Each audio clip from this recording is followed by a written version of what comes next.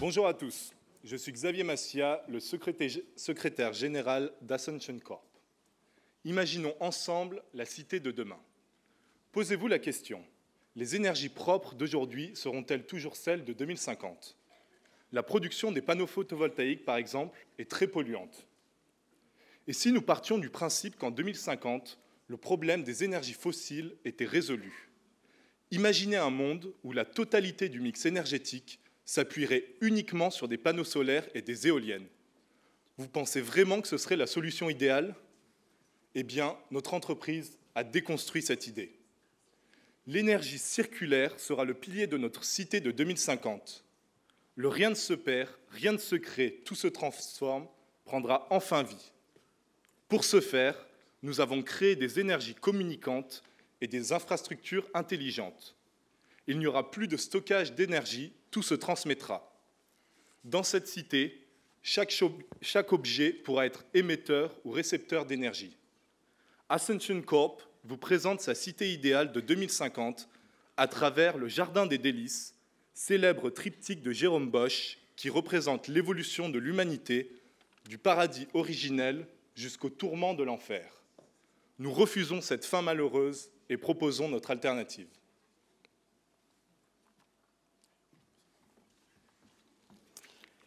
Je suis Romain Georges, vice-président en charge de l'énergie au sein d'Ascension Corp.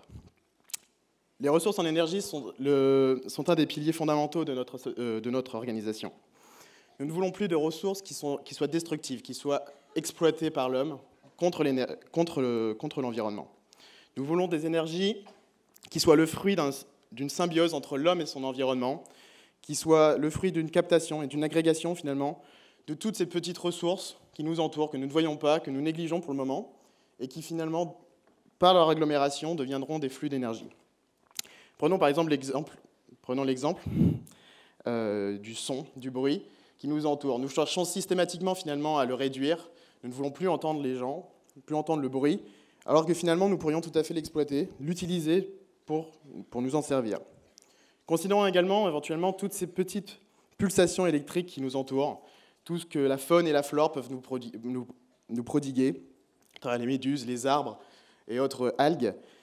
Imaginons que nous puissions les mettre ensemble, mettons-les ensemble, et ces petites perles d'énergie, ces petites gouttes d'énergie deviendront des torrents. Nous voulons que le développement de l'homme, finalement, s'accompagne du développement de son environnement, et que le développement de l'environnement de l'homme se fasse aussi avec l'humanité. Merci Romain. Bonjour à tous. Ayoub Mekzouni, directeur technique. Coucou, mon fan club. Alors, directeur technique des machines tournantes rotationnelles à mouvement perpétuel. Toute l'idée est partie de ce petit élément. Je ne sais pas si vous voyez. Un effaceur de tableau blanc. Et il se trouve qu'il est aimanté. Qui dit aimant dit champ magnétique. Et qui dit champ magnétique dit moteur triphasé, dit moteur magnétique. Et en me promenant au musée, en fait, je suis tombé sur le pendule de Foucault. Et le pendule de Foucault, c'est un mouvement perpétuel qui ne s'arrête jamais. Comment marche le pendule de Foucault ? Tout simplement avec la force de Coriolis. Le mouvement de la Terre fait que ce pendule ne s'arrête jamais. Et là, je me suis demandé comment allier ce mouvement perpétuel avec les forces magnétiques des moteurs triphasés qui, en 2016, avaient seulement un rendement de 30%. Vous imaginez 30%. L'énergie qu'on produisait, seulement 30% était utilisée. Et grâce aux forces mystérieuses de Laplace et avec les forces de Coriolis, on a réussi à trouver un moteur qui avait un rendement de 100%. Rendement de 100%, mouvement perpétuel, pendule de Foucault, la boucle est bouclée. Donc à partir de ce petit engin, un effaceur de tableau qui existe depuis la nuit des temps, nous avons réussi à découvrir un moteur perpétuel qu'on peut brancher ensuite à des turbines qui peuvent nous alimenter en cycle continu et infini. Merci pour votre attention. Bonjour à tous, je suis Manon Leclerc, chef de projet en recherche et développement chez Ascension Corp. Comme mes brillants collègues vous l'ont évoqué, les multiples sources d'énergie de demain vont pouvoir être combinées de façon perpétuelle. L'idée pour cela est que nos objets soient dotés d'un revêtement intelligent. Alors vous allez me dire, qu'est-ce que c'est ce revêtement intelligent? Ce revêtement intelligent permettra à chaque objet d'être à la fois émetteur mais aussi récepteur d'énergie. Ainsi, nous ne serions plus confrontés aux problèmes de stockage que l'on peut voir aujourd'hui, car tous les objets seront source d'énergie. Prenez cette table, par exemple. Celle-ci est passive, elle ne produit pas d'énergie. Eh bien, demain, dans notre cité de 2050, nous, Ascension Corp, grâce à notre revêtement intelligent, nous pourrons permettre à ces objets d'être à la fois source et récepteur d'énergie. Comme, par exemple, l'énergie acoustique, l'énergie de ma voix, pourrait être utilisée pour justement permettre le transfert de cette énergie et pour ainsi ne pas en perdre. Bonjour, je suis Enzo Stoffner, ancien technicien lumière et fan de fourmis. J'ai évolué au sein de cette jolie société pour répondre aux rêves de Manon et faire interagir tous ces appareils les uns avec les autres. Et du coup, on s'est orienté sur la lumière. Une petite boîte en 2015 a créé le Li-Fi, chose que vous savez tous permet d'avoir Internet entre les objets.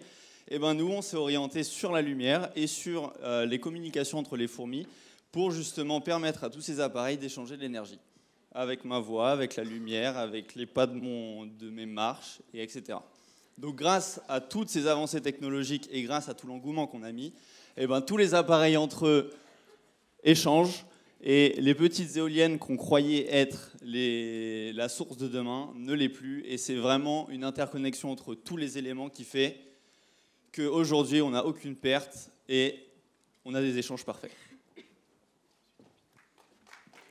Bonjour, Jasmine Casté, directrice marketing. Donc pour résumer, l'idée de notre projet, c'est vraiment, quand on regarde à l'ensemble de notre œuvre,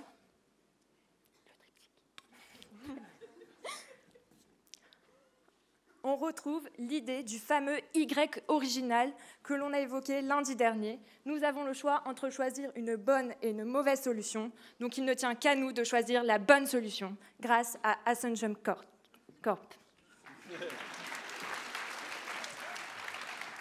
Ascension Corp fait de toutes les énergies des synergies. Ceci est une révolution.